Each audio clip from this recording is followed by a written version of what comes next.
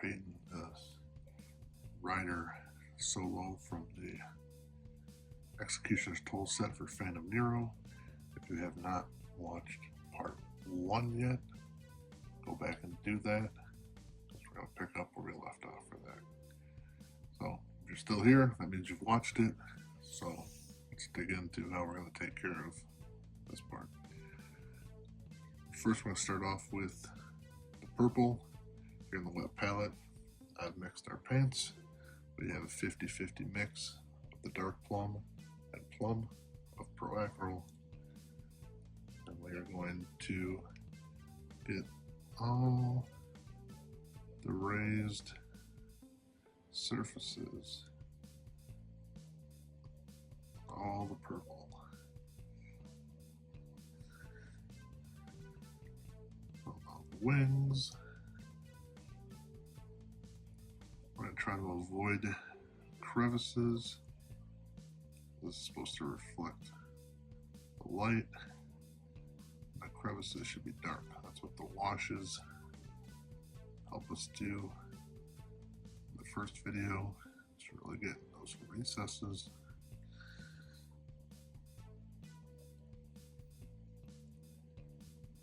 And then when we come back, we're going to have all the purple highlighted up.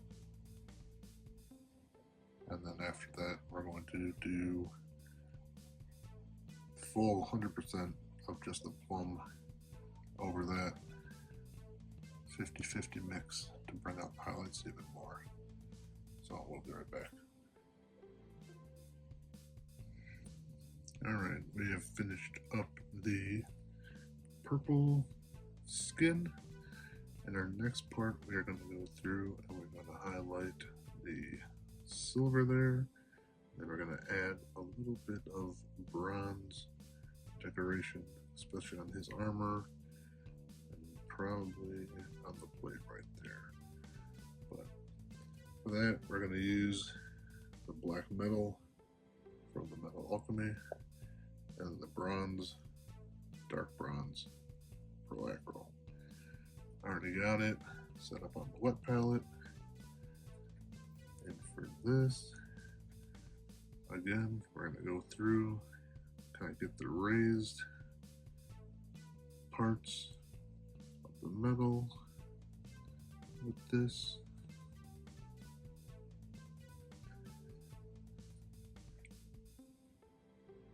We're going to do his armor with the same thing. Again, we're just trying to get some of the edges and the raised portions, stuff that the light would catch. You don't really need to worry about some of these under ones because the light wouldn't reflect down there as much. So you want to hit these top parts, these exposed parts, just to get a little bit on there. Get some up there. These guys. Get on my helmet, these upper parts. Get there. This thing might do some bronze on there. Get some upper things. Again, we're gonna go into the Rider guy. Again, I'm probably gonna do bronze here, so I'm not going to worry about getting too much of that. On the back, we have this little, get these guys, little spider web things of his armor, the upper parts of his arm. Backpack thing, back of his helmet, and the shoulder pads, arms, some easy peasy like that. Just enough to get some shine there. Swap over It's a little more fine of a brush. Take that dark bronze. Let's get this thing out of his front of his head there. Because this is going to help tie in with the rest of the army. We got some bronze accents like that. I'm going to do the side here. Do some bronze there. All the way down. And I really like the thought of this shoulder part being bronze. So that's going to match the other guys that came in the box nicely. Those knights. So add that to there. And nothing too crazy. Just doing that to tie it in with the rest of it. At the same time breaking up so it's not just complete monotony of silver on this guy. Let's put some on his helmet there, just for a little contrast there. Don't want some on the back. Let's do this guy. Again, we're just breaking up some of the tons of silver they have there. And let's do this little crown piece. Do that somewhere. So we added some on there, and it kind of breaks up that armor a little bit. And then after that, we are going to do the membrane on the wings. And for that, we're going to do some Velaman flesh for Citadel contrasts. So I'm going to throw that on there, and then we're going to do the teeth and some of those claws there. We'll be right back. Alright, for our next part, we are going to do the teeth and the claws with the ivory, and we're going to do the rider's face, the 50-50 mix of the Death Guard green and the Nurgling green, and then we're going to do another top of that with just 100% Nurgling green. So for the teeth, got it on our wet palette again. We're just going to take it, get the raised parts of the teeth, get in there.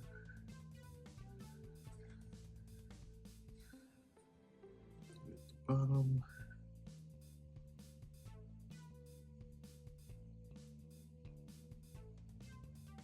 That raised part.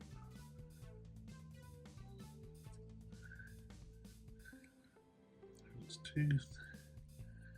And then we'll go back. Look at the outer part of his claws. What's under the wing. Not forget the toes. Again, we don't have to do all of it, just kind of the part that the lighting is going to hit. I'll just create some open shadow for us. And then we'll get the tips of the wings. Okay, I'm just going to get those upper parts where the lights are going to touch.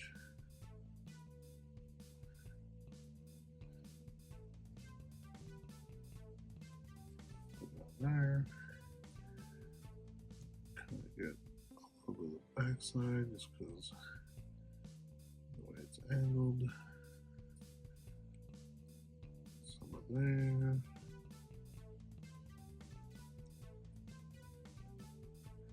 that is the teeth and that. And then I did go ahead before and did a little bit of the white, the ivory for his pupils, because I don't want to try to make that pretty while we were watching. But now we're just going to go through, get these on the tips on the raised parts, chin, lips, nose, the eyebrow area,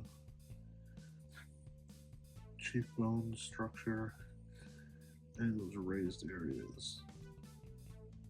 Just going to create a little bit of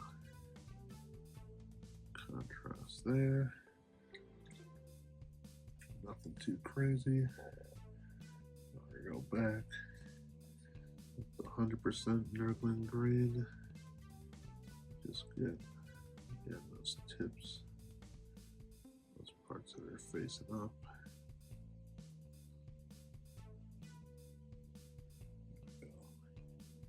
Alright, let's all gooey, necrotic looking skin of a vampire. And the last part we gotta do is we're gonna go through, color this rock gray, and we're gonna put down the base paste, and then we're gonna do the ring around with all black. So again, we want them to look like our Cypress guy. So we're going to use the same gray earth paste from the Pro Acryl, normal black ring around, and then the rock, we're going to do the Graveward gray from the Army Painter. Last time I used the marker for it. Hopefully I'm going to do the same this time. The Graveward gray speed paint marker. So I'll shake this bad boy up. And the nice thing about these markers is just color them on, and it's the same kind of paint formula that's just in a different canister. So you don't have to necessarily do the brush, just color it on there. We'll work our whole way around. At the top there, get in. Take some care not to get it on the purple skin that we did. Lighten it a little bit. Get in there. This we're going to be a little creative, try to go through the middle. Get some of those angles that we can't reach the other way. One of the benefits of the marker, you can kind of do stuff like that. There we go. Got the rock. Depending on how dark you want, you can always do another pass. That one dries up. But then we're going to go to our base paste. And you can use a brush. I would not. I'd use some kind of a popsicle stick or something. Or they have this nifty little applicator tool that GW sells. You just scoop up a blob of it. And we're just gonna slob it on there. Thin it out. I find it okay if it kind of gets on some of the feet or the rock features, because the way I look at it, it's either like a mud or a cave floor where they're crunching around it, that the debris could realistically be kicked up. So when you're slapping this on, it kind of gets on some of these things. I think it looks better like that. So I wouldn't freak out too much if you get some up there. If not, when it's still in the not dried form, you always just wipe it off, rinse it off, and start over again. Just smooth it out. Try to make it as even as you can.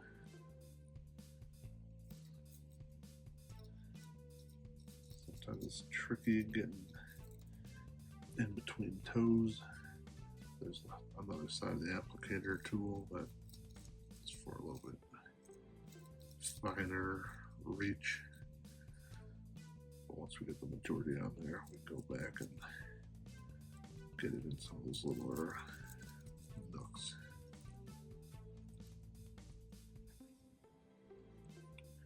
And typically I'd go through and let this thing dry before doing the ring, but this particular paste seems to be drying pretty quick. So we're gonna, once we get this on there, we're gonna go through and just do the ring, get the black out of the way, call this bad boy done. Get that in the little toes, some of it on the side there. Even if it gets on the side of the base a little bit, again, not the end of the world. So you also paint over that. It'll be harder to tell anyway. So there we go. We got all the paste on there. I'll wash off the tool. Lift this bad boy up. And then we're going to do our black. So I'll put some black down on the wet palette. I'm just using some black scale color. Got our old workhorse brush. Again, just go around the base.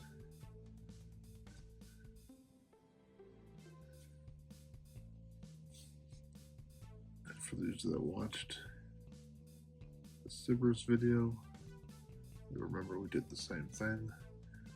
So this ring is gonna